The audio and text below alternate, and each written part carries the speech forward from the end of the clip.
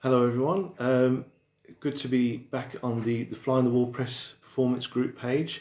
This is the second time that I'm performing via this page, and again I'm going to be reading poems from my book Genie, published by Fly on the Wall Press. But this time around I was thinking I'm going to kind of do it a bit differently, kind of shake things up a bit by going through the book and choosing the poems randomly. So, and one reason I was thinking of doing that was because when I've been doing these online performances, and of course they're all online at the moment because we're in the midst of lockdown, or we're about to go even into a second lockdown. It's like you kind of, when you're doing all these performances, you kind of start keep going back to the same poems, and I've kind of kept performing the same poems because there's certain ones that seem to lend themselves to performance, or you kind of just keep choosing the ones that you think will be kind of crowd pleasers, or ones that have humour in amongst a serious message. So I thought as a way of kind of making sure that I air some of these poems that I haven't really read from the book before, I'll just kind of go through the book and I'll just kind of just go like that, and then just whatever poem it is, that's it, I'll choose that one. So okay, so there's only one poem in the book that I can't actually read.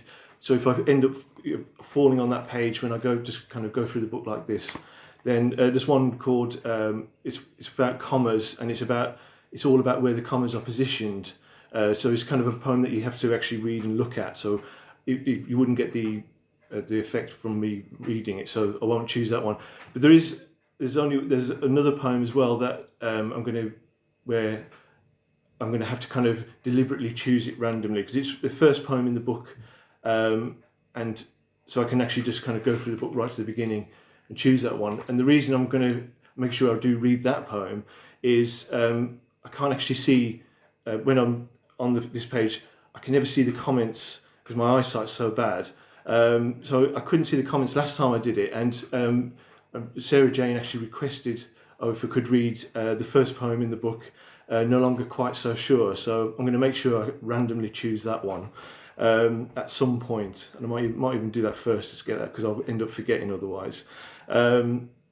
So I'm just going to do that and just see how it goes. I've got obviously if I'm choosing poems randomly, I haven't been able to kind of time things, but I've got the clock there right in front of me, so I'll be able to kind of judge the time anyway. So so let's just see how it goes. So I'm just going to go through the book like this now, just see where that falls. Right, okay. Right, so the book is in 4 parts anyway, because the book is subtitled.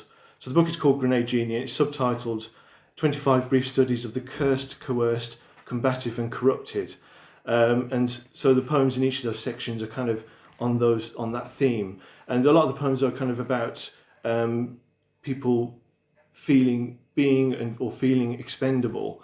And this first poem that the pages that I've ended up on is a poem called Jackpot, and it's a poem in the second section, Coerced, and it's someone feeling that they're kind of controlled. One of the few poems in the book where people feel they're controlled by their environment, and this is about someone who's coming into Oxford Circus Station on the tube, and they're just kind of helplessly ending up having to, everyone's just going to this place and everyone's drawn to it. So this is what this poem's about, and it's called Jackpot. Here I am at Oxford Circus Station once again, allowing myself to be part of the human jackpot that's released each time a train pulls in. I don't know if anyone else ever thinks this, but whenever I'm on a train that's entering this station, and I'm watching the branded posters on the platform wall whiz past my carriage window, I'm reminded of playing a slot machine. Okay, this one has a single horizontal spinning drum instead of the usual vertical 3, but it's not like the odds are stacked anymore in my favour. The trains come to a stop, and my carriage window reveals a mixed line: Gap Kids, Nike Air, and the Oxford Circus Roundel sign. Whatever the combination though, I'll never win. It's Oxford Street that always wins the prize, with today being no exception. The carriage empties, and every other carriage is emptying too, as shoppers flow like coins from every exit of the train. What else can we do at this stop, when we've all been programmed since birth to have nothing else but shopping on the brain? So, and for some reason, I do seem to. I wrote quite a few poems on Oxford Street, and it's not. I mean, I've never enjoyed going there, and I never really go there anymore now because I live in Stratford. So I just end up always having to just end up going to Westfield Shopping Centre that's open there. But it turned out to be kind of like quite a rich source of ideas for poems. So, and that's the thing, you don't always, of course, like a place or enjoy a place, and that's usually a thing you end up writing about the most. Right, so okay, so I'm going to go through again and just see what I end up choosing. Right, okay. So this poem is from the first section, Cursed, and it's a poem that's it's about a poetry icon, Instagram poetry, and where I fit in with both. And it is called The Greatest Poem, modestly enough. I've been thinking that if I visit the Nayland Rock Shelter overlooking Margate Sands at the right time in the autumn of 2021, exactly 100 years on from when Thomas Stearns Eliot went there to write his masterpiece, The Wasteland, the greatest poem of the 20th century, then if I sit there long enough with my laptop, maybe I'll end up writing the greatest poem of the 21st century. Things in my favour. My first name is Thomas. I once worked for Lloyds Bank and I write poetry. Things that might go against me. My surname isn't Eliot, it's McColl. Working for Lloyds Bank is in itself no indicator of literary talent. And anyway, history doesn't tend to repeat itself. In fact, what if this time round the inverse happens and I end up writing the worst poem of the 21st century? In the current climate, it's highly likely. Let's face it, Thomas Stearns Eliot had advances in psychoanalysis to help him get in the right frame of mind, whereas all I have is advances in social media. Who knows, maybe by 2021 I'll have no choice but to fit my opus into 4 lines on Instagram. But then when I do, my simple artless platitude will inexplicably receive 1 million likes, and then released as part of a book will inexplicably sell 1 million copies. And my poem will be so bad that everyone will definitely remember it much more than whatever the best poem of the 21st century will actually be. Written perhaps by someone who, like Eliot, may be going through difficult times, and talented enough to harness adversity, will out of that create a brilliant epic poem. But unfortunately, there'll no longer be anyone with the attention span to read it, let alone publish it, and he or she in despair will delete it and give up writing altogether. Whereas I'll go on to publish book after book, and William McGonagall will turn in his grave at no longer being the worst poet in the English language, usurped by Thomas McColl, now famous for having written the worst poem of the 21st century, or indeed any century. But that's the thing, writing the worst ever poem is no barrier anymore to immense success. Thomas Stearns Eliot may well have been the best, but there's no room for that now. Now it has to be 4 lines or less, and totally trite. 1921, been and gone. 2021, bring it on. Right, well that's so far actually I've kind of, by choosing poems randomly, I've chosen one poem that I wouldn't normally have read, and that was Jackpot, and then one that I was reading at pretty much any event that I would do, and that was that last one. So what I'm going to do now is I'm actually going to deliberately, randomly choose the first poem in the book that was requested last time I was on here. So this is the first poem because as requested by Sarah Jane. So to honour that request, because of course I only read the comments afterwards, and actually, if I put on my glasses, actually I can probably see them. I can see some comment. I can see now. Yep, I can see. But obviously, to actually read the poems, I have to have the glasses off. So I'm going to read this poem. It's called "No Longer Quite So Sure," and it is about. Some people have described it as it is kind of like a lockdown poem, and it's about a kind of sense of foreboding. It's kind of about nature taking back the world from humanity, and the narrator has a kind of sense of foreboding about this. And of course, at the start of lockdown, especially when it did start there at the end of March, and everyone was kind of pretty much confined to the homes, there was this kind of sense that nature would end up taking over the world again, and this is kind of so the narrator has this sense as he's on his way into work and he's really exhausted. So this is the poem, No Longer Quite So Sure. The council is yet to cut back the branches of the trees on Newman Road, which means that halfway through my journey to work on the bus, and always just as I fall asleep in my usual seat on the upper deck, with my hooded head at rest against the glass, the low-hanging branches attack me in the dream I'm having. And I'm caught out every time, for I'm always so tired, and in any event, I guess I'm helpless, being one of those hundreds of thousands of people always letting themselves be eaten and then spewed out by any one of hundreds of number-branded hairless bison that charge across the city in all directions every day. We all living lives more and more unnatural, and in this messed up world where buses are bison and people are grass, it's no longer shocking to find that glass is air and branches are blades. At any rate, what happens each time is that the jutting branches the bison headbutts immediately return to wreak revenge, and on giving my window the coarsest caress, invade the dream I'm having like the bladed fingers of Freddy Krueger, scoring my brain, and in shock but just in time I wake up, my brain unblooded but my mind unhinged. Today is no exception.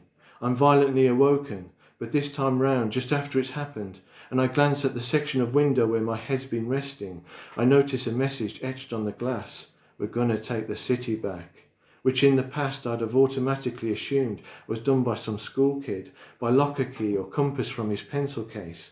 But now, as the bus passes the derelict factory on Leonard Street, and I can see that already poking through the smashed windows are branches of small trees, I'm no longer quite so sure. Right, so let's see what I now choose.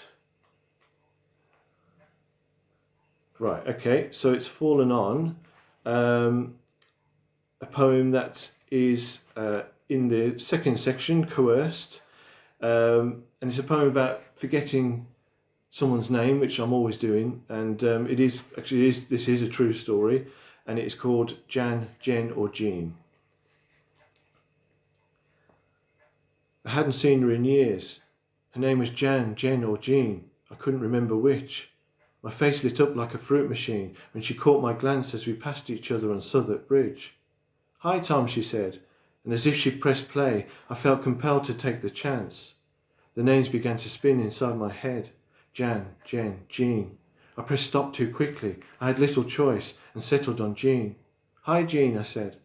We passed. I pressed collect and got a sick feeling in my gut as the name Jan for first prize flashed before my eyes. Right, so let's see, I'm just going to go through, see where it falls. Right, okay, so this one is from the first section, Cursed, and it's a poem called The Bonker.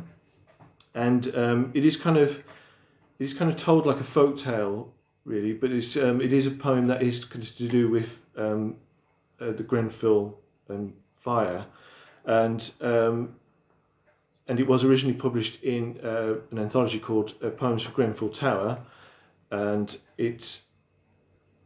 that anthology raised money for the Grenfell residents for their campaign, and the original version of this poem was written back in the mid-90s, and it was first published in a very small press magazine, and then it was radically changed when writing for the anthology.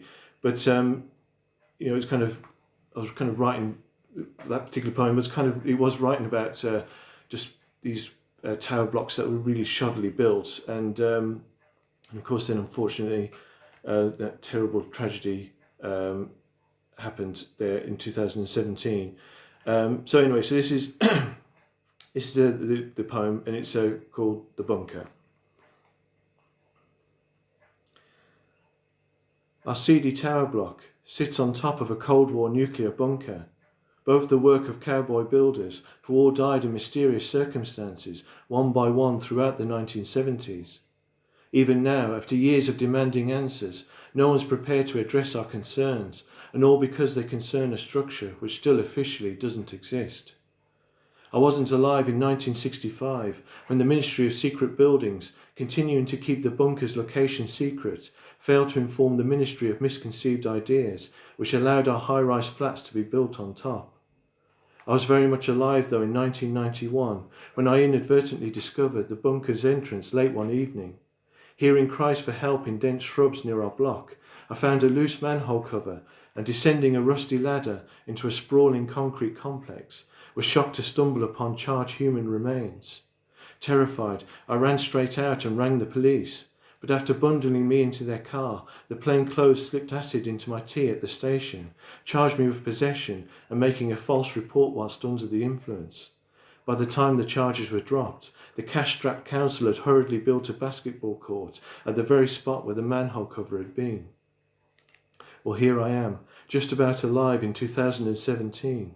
Hard experiences made me realise what we as residents are up against, but the bunker, a ticking time bomb, remains beneath us, and though that acid trip might have clouded my memory, and maybe the bunker never was filled up with burnt bodies, it still needs to be condemned along with our block, two Cold War relics that have no place in the 21st century.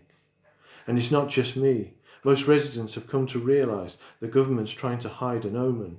Let's face it, each time they claim there's nothing there, but won't explain why that information is classified, it's clear the bunker does exist. I wasn't off my head. Meanwhile, fearing a cover-up, residents worry that this shoddily built structure we inhabit, undermined by the crumbling bunker, will eventually collapse. But I know what I saw, and even if it was all just in my mind, it portends a fate that's even worse. What the bunker was never used for may someday be unleashed, a stored-up curse, as destructive as a nuclear blast, but more concentrated, spiralling as a furious fire, then collapsing catastrophically into black holes that once were windows. Right, so let's go through again and see. Right, okay, so as I was saying before, I was kind of, for some reason, writing lots of poems on Oxford Street, about Oxford Street, and this particular one is called Socialist Workers on Oxford Street, and often when I'd get off the train at Oxford Circus Station, you'd see the Socialist Workers would have a stand there right in front of Topshop, and it's this kind of poem. The poem is really my observations on that, and it's kind of the juxtaposition of the Socialist Workers being in front of this kind of guess capitalist iconic building of capitalism, and just how just everyone is just kind of they're just zoned in on shopping and is almost kind of possessed really, and no one's taking any notice of the Socialist Workers. And I mean, I am, and the thing is, I've noticed them, but it's kind of my thoughts about how I'm kind of trapped in this society as well, and how, anyway, the poem is kind of self-explanatory. So I'll just read it. So it's Socialist Workers on Oxford Street. Even in front of Topshop, entrenched behind a trestle table, the Socialist Workers are unable to make their presence felt. They can't be missed, but the twist is that it's not like they be missed. These class warriors, armed with 4 semi-automatic mouths and a vast array of incendiary anti-capitalist texts, who think that shoppers want to be liberated, unable to see that shoppers instead have turned their faces into impenetrable shields of apathy. Sure enough, when the fierce-looking man in the red shirt yells out, "Get your Socialist Worker!" no one does. Not one shopper shows the slightest interest, not even a cursory sideways glance. Even when the tiny but very loud woman in the purple dress, with a voice as shrill as the passing bus's screeching brakes, screams, "Capitalism kills!" the attack is again repulsed by an endless sea of blank expressions. Granted, the socialist workers are religious enough to keep on going through thick and thin, whereas me, I'm doubting Thomas, needing proof and unable now to get it, left with nothing, and I don't know who's worse off. In any event, I hate it that everyone and everything is threatened with being submerged by what appears to be an unstoppable tide of commerce, and all that's left to confront it now are 4 delusional communist king canutes. Well, I just about got that poem out with a bit of a frog in my throat there. But yeah, so there's quite a few poems where they're kind of self-referential, really. So that was me being mentioned as doubting Thomas and not being any better off for it. And of course there was the greatest poem that I read there, and my name mentioned there. So let's see what I come up, if there's going to be another one of those, when I just randomly go through the pages of the book and see which page I fall on. Okay, so this poem is in the first section of the book, and it's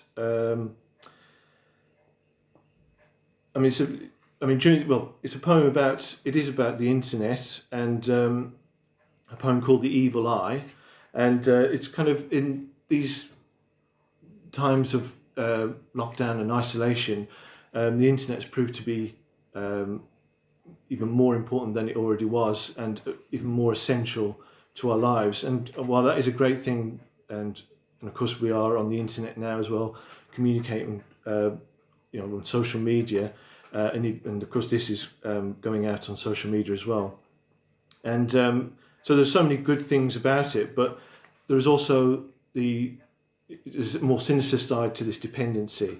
And what this poem is basically about. And it's about a father trying to warn his son, but fearing he's already too late. So this is the poem, The Evil Eye.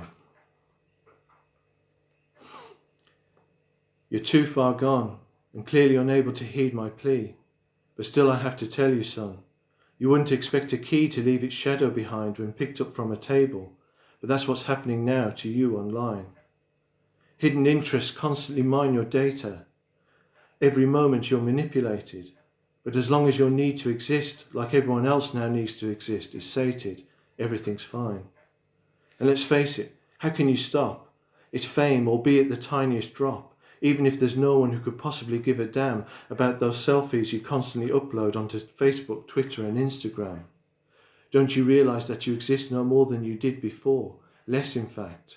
You've made a pact with the digital devil, not even to be an insect preserved in amber, but simply an insect that's landed on a cobweb, stretched out directly in front of an amber signal, and as soon as you're lit up, no one hangs around. You've allowed yourself to get caught in a cobweb, spun by a social spider that sucks you dry of information, then leaves your hollowed out exoskeletal frame to rot on its website. In any event, the next day there's a brand new cobweb. Once again you feel the need to be captured.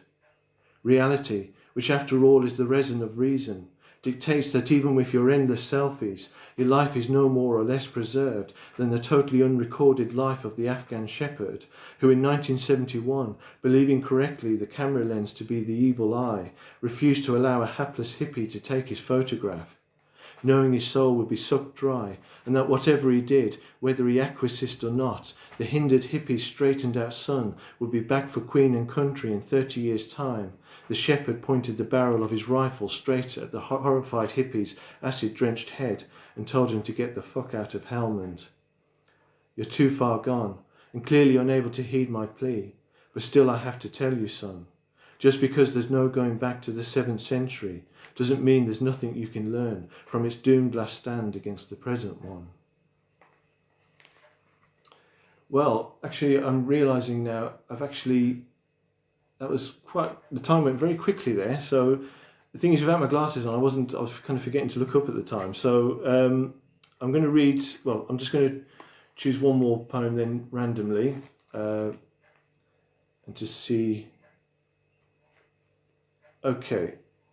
Right, so this is this poem. So this is going to be the last poem I'm going to read from from my book, Grenade Genie, which is, as I was saying, it's published by, of course, Fly on the Wall Press, and is available from the publisher, of course, and or direct from myself if you wanted a signed copy. Anyway, so this poem, the last poem I'm going to read, is it's called Nightclubbing in Brum, 1988, and it was actually recently featured on BBC Radio West Midlands. And one of the novel things this year is that I've actually managed to kind of get on BBC Radio, on local radio. The poem I read earlier, the greatest poem, which is features Margate, ended up on BBC Radio Kent, and of course with the Birmingham connection with this one, and I am from Birmingham. Well, this one ended up, as I say, on BBC Radio West Midlands, and the presenter, he was saying, I was saying, although I was saying about living in London, but he was saying, well, once a Brummie, always a Brummie. And so he was saying, yeah, absolutely, fine to have, we'll have you on the show. But the thing is, of course, I live in London, but I just can't, I haven't been able to get on BBC Radio London. But anyway, as I say, I was really chuffed to get onto BBC Radio West Midlands, and especially as this was my first ever Birmingham poem, and it is in the coerced section. And the reason it is because it's all about me having to wear a suit to get into nightclubs, because that was the case back in the late 80s. You had no choice but to do that. So this is a poem about that, and yeah, Nightclubbing in Brum, 1988. I look a right sight as I'm travelling into Brum on a Saturday night. It's hard enough making the grade when still a hapless teen at the tail end of Thatcher's decade. And though one plus about these times is that I'm able still to smoke a fag while swigging a can of beer on the top deck of the bus. The biggest drag is having to wear a suit. It's taking the piss, and I can't believe I'm saying this, but it's lucky I chose branch banking as a career, for it's 1988, and though everyone says how much they hate being made to wear a suit, there's more often than not a Mr. Byright one to boot. Us fellas have no choice but to dress as if we've all got jobs as bank tellers just to get into nightclubs. In my case, one called fucking snobs. Who are we meant to impress or even fool? We're all still just a bunch of yobs, just ones who don't look cool. And there's fuck all we can do, for it's 1988, and though everyone says how much they hate being made to wear a suit, there's more often than not a Mr. Byright one to boot. Rave ain't hit the mainstream yet to liberate the dress code, and the Roses ain't made their boisterous baggy entrance yet to liberate the playlist at snobs from endless Depeche Mode, the Blow Monkeys, Hue and Cry and fucking Lloyd Cole. Well, one thing at least, I ain't still on the dole, but unfortunately I work for a bank, Lloyd's Bank. I hate the job, but it's them I have to thank for payday. And being as I don't just need this suit tonight, but also on Monday, I really ought to drink less, not more, or else by the end of the night, I'll find I have a suit that's soiled with spilt snakebite.